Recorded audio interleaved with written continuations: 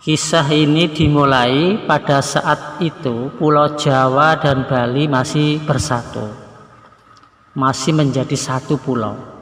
Pada saat itu ada kerajaan yang bernama Kerajaan Doha. Hiduplah seorang Brahmana sakti yang bernama Siddhimantra. Siddhimantra ini menikah dengan perempuan cantik. Kemudian mereka dikaruniai anak tunggal laki-laki yang bernama Maniangkar. Anak mereka yaitu Maniangkar ini tumbuh sebagai pemuda yang gagah berani dan tampan wajahnya. Namun sayangnya dia punya sifat-sifat buruk, suka berjudi.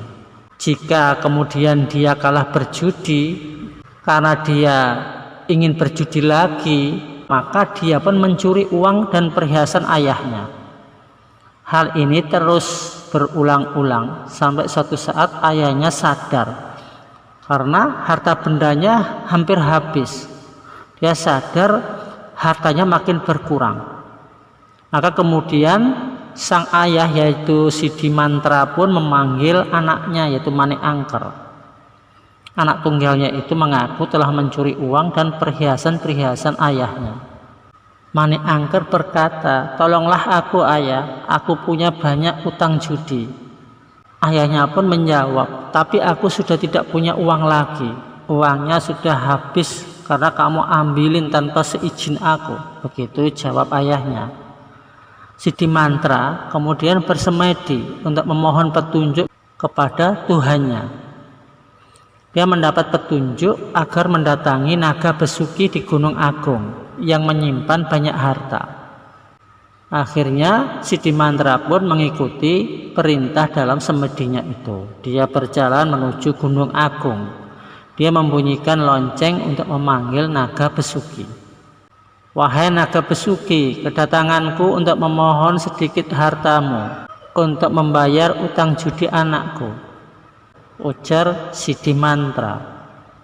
Naga Besuki pun akhirnya memberikan beberapa harta kepada Siddhimantra dan berpesan kepadanya agar menggunakan uang emas yang diberikan itu dengan bijaksana.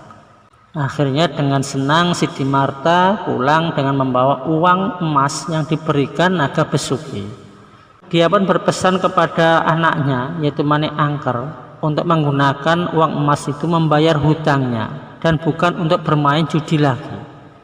Namun faktanya Maniangkar berbohong kepada orang tuanya dan menggunakan uang itu bukan untuk membayar utangnya, justru dia menggunakan untuk berjudi hingga uang emas dari ayahnya pun habis kembali.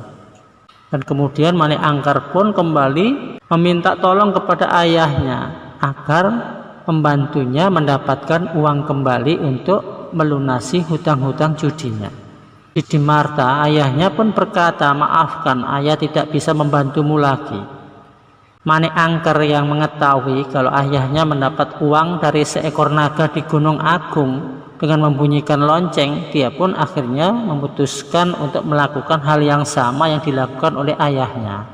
Maniangkar pun pergi ke Gunung Agung tanpa sepengetahuan ayahnya. Setibanya di kawah gunung, Maniangkar membunyikan lonceng dan dia terkejut dengan kemunculan Naga Besuki dari kawah.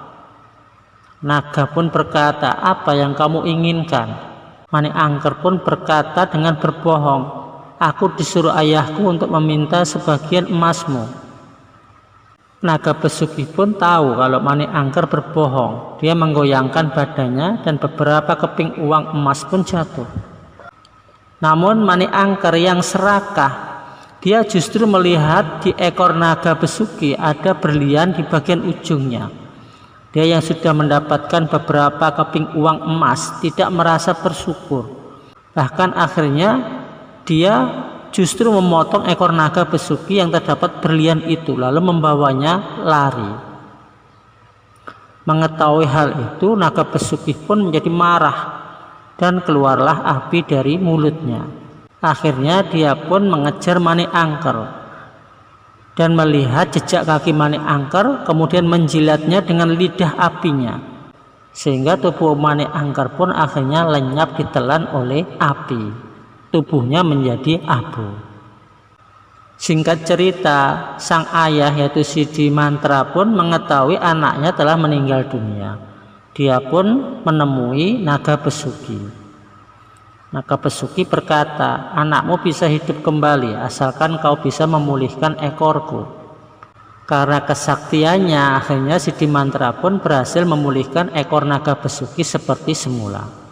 "Sekarang kembalikan anakku," kata Sidi Mantra kepada Naga Besuki. Akhirnya Naga Besuki pun mengembalikan Manik Angkar kepada Sidi Mantra.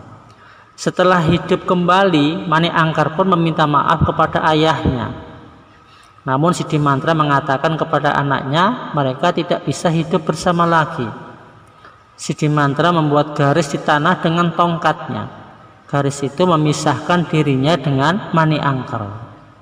Garis tersebut mengeluarkan air yang terus bertambah dan membentuk lautan yang memisahkan daratan yang diinjak Sidi Mantra dan Manik Angkar. Sehingga lautan itulah yang kini disebut dengan Selat Bali yang memisahkan Pulau Jawa dan Bali.